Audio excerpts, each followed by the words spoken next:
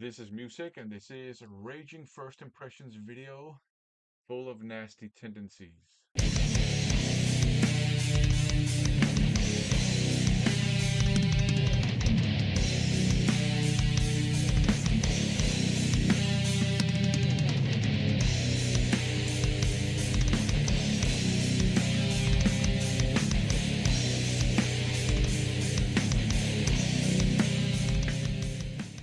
Welcome to another first impressions video. In these videos, I share with you my first impressions of the many blind buys I've picked up lately. I'm having a blast here, just exploring new music that I hadn't heard before, very often by artists I hadn't even heard of before either. This video is a little bit different, or at least part of it is, because I'm going to start out with a couple of CDs by a band that I do know. They put out two classics back in the day, Solitary Solitude and Kill to Survive. Yeah, Meliah Rage, which I really liked. I even had one of them in my original vinyl collection when I was much younger than I am today. Despite the fact that I really liked them, I never really followed up on them. I never really explored their subsequent output. And I decided to make up for that. So I bought some Meliah Rage CDs, and here are my thoughts on them. We're starting out with this one here, The Deep and Dreamless Sleep. This is an original pressing. It has been reissued. It's out on Dive Bomb Records with a different photograph on the cover, same style, just different photograph, different logo, just different details. Um, I bought this one dirt cheap though, so there you go. Anyhow, now Meliah Rage, just like Metal Church, and I would say to some extent also just like Sanctuary, Meliah Rage were often described as kind of a thrash metal band. But if you listen to, or at least when I listen to their classics, I don't hear a whole lot of thrash metal. What I hear is quality heavy metal with an extra oomph, but no thrash metal. Uh, on this one here, I don't hear any thrash metal either, if I'm being honest. What I hear again is quality straight up heavy metal with quite dark vibes to them. Great songs on here, in particular, Curse. That's a fantastic song, in my opinion. Um, the vocals are, they kind of have Alice in Chains and maybe Soundgarden vibes to them. And there is a little bit of that style of grunge in the music as well. We're not talking a grunge rock album, it is a heavy metal album. They've just injected those darker sides of grunge into the music on here, and it fits pretty well. This is a great, very enjoyable, just dark heavy metal album. It will take, I think, a couple of spins to really appreciate it. It's a bit of a grower, but it's really enjoyable. I certainly like it a lot. Up next, we have this one here, Dead to the World. Um, very similar in style, heavy metal with an extra oomph, that Sanctuary style, that Metal Church style, quite dark vibes to it. But this one has some genuine thrash metal elements, some fast thrashy parts. There are lots of those on here. They work very well juxtaposed with the straight up heavy metal. Um, I don't know if I would consider this a thrash metal album per se, but it has thrashy parts. It works really well. It is very enjoyable. I really like it. Uh, Here we have Idle Hands, very similar in style to Dead to the World. So, you know, oomphy heavy metal, quite dark vibes with genuine thrash metal injections all over the place. Really, really good stuff. I think this one and I think Dead to the World, I think they're also growers. You probably have to spin them a couple of times to really appreciate them. Uh, Up next, we have this one here, Masquerade, out on Dive Bomb Records. This one, I don't think it's a reissue. As far as I know, Meliah Rage actually have a couple of originals that were released on Dive Bomb Records, and I think this is one of them. The hype sticker says uh, Boston Thrash Powerhouse for fans of Metal Church, Onslaught, Wrathchild America, and Reverend. And I kind of get that, especially the Metal Church comparison. But This to me is a thrash metal album.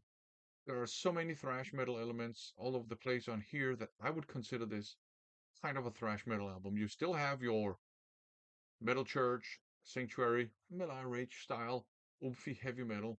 There are just so many thrash metal parts on here that I think I would consider it a thrash metal album. This one, unlike the others, kind of growers, a couple of listens to appreciate. This one clicked immediately with me. So probably my favorite of the four. You know, I need to spin them all more, of course, but I think for now it's my favorite.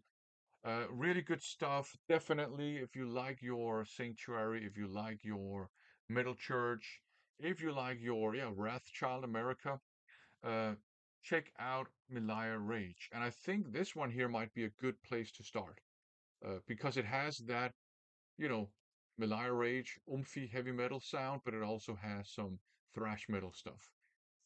So great stuff. Now, Manifest Destiny. It's called Within. Thrash metal too. This one has a great guitar tone, kind of compact, quite punchy. I don't know if I would call it brutal because that'll make people think of brutal death metal and grindcore, which is not the case here, but there is a sense of brutality to this, like thrashy brutality, just heaviness. And that's because of the guitar tone. Very compact, very punchy. Great thrashy riffs all over the place. There's definitely kind of a dose of groove metal on here too, especially in the vocals. The vocals they sound quite a lot like Exhorder and Pantera. I get more of an Exhorder vibe from this entire album, but Pantera were bigger back then, so maybe they're inspired by Pantera. I don't know. The vocals, it's a little bit grating if I'm being honest. It's a little bit too much Phil Anselmo and Exhorder kind of worship going on in places, but it's a minor issue. This is actually a quite enjoyable thrash metal album. I really liked it. More thrash metal. We have this one here, Minotaur, and it's called Beast of Nations. Short, sharp shock with 4 songs on it. It's out on High Roller. It's an EP. It's from 2016, but apart from the production, maybe if you listen to it, you'd think it's from 1987 or something, maybe even earlier. It sounds like Teutonic thrash from the 80s. Uh, so really like raw and speedy riffage, kind of like borderline speed metal too. Vocals that you could have found on an old Creator album, on an old Destruction album, or an old Tanker album. Um, so great stuff, really aggressive, in your face, Teutonic thrash metal from it was recorded in 2015 for sure, but it sounds like it's from the 80s.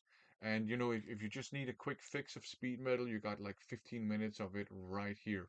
Or speed metal, thrash metal. More thrash metal than speed metal, but you do have some speed metal elements. Regardless, if you want a quick fix of thrash, speed, Teutonic thrash, whatever, you got it right here. Very enjoyable stuff. And up last, Nasty Tendency, Wild and Nasty. Woohoo! So I thought this was gonna be like a really sleazy kind of party hard glam metal. There's a song called Sleasin' in the City as well, but it does have your glam metal for sure. It's like 50% glam metal. It has your party hard riffs and your just good fun rock and roll stuff, but it's really heavy. Uh, it's 50% just straight up heavy metal too. You have some really heavy riffs, like 80s metal, of course. You have some in the guitar work and the guitar solos and the drumming as well. There's a lot of straight up heavy metal, so it kind of takes me back to the early like glam metal albums that were actually quite heavy, like the first couple of Motley Crue albums. It's this style of music. So it's really enjoyable. There's some great songs on here. The opening track, Better Mad Than Dead, sets the tone, and that's a heavy metal song. Spiders is a pretty cool song too, and I Don't Care. So you have some really great songs on here. This is actually a great album. Uh, it's female front too. She's called Nikki Claus. Nikki Nails, not Claus. That's too extreme. Nikki Nails. Also, there's an alliteration, of course, Nikki Nails. Anyways, she has a great, just belting rock voice. Uh, it fits this music perfectly. So it's not like pretty operatic singing or anything like that. It's straight up rock and roll belting, and she does a great job. She's one of the highlights of this album, which is already pretty awesome. So do check this out if you want to satisfy your nasty tendencies. So there you go, a handful of stuff that I really enjoyed this time around. But as usual, go and check these releases out yourself and see whether you like him or not. Thanks for watching.